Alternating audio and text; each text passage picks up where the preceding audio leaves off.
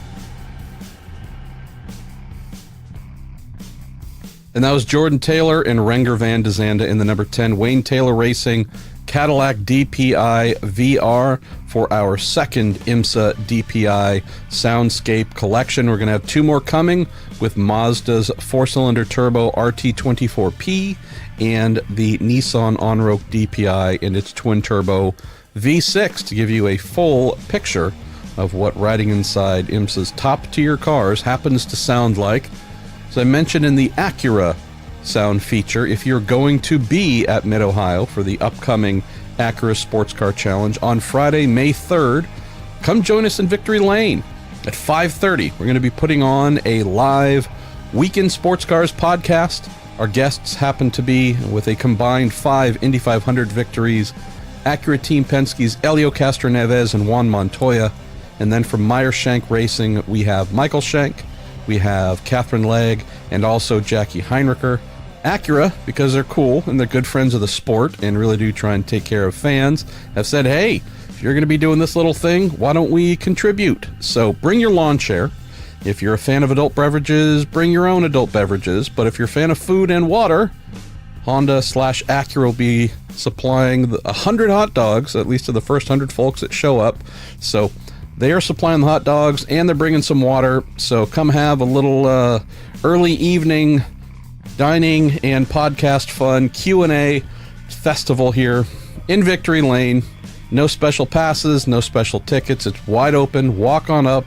Like I said, hopefully bring your little lawn chair, fold it out, bring your family, bring your friends. If you're a fan of adult beverages, bring those. They're welcome to, I won't say drive carefully because in theory you'd just be walking over. Walk carefully though. But anyways, Friday, May 3rd, 5:30 p.m., Victory Lane, hot dogs, fun, and just merriment and silliness. And there you go. So, as always, thank you so much for listening.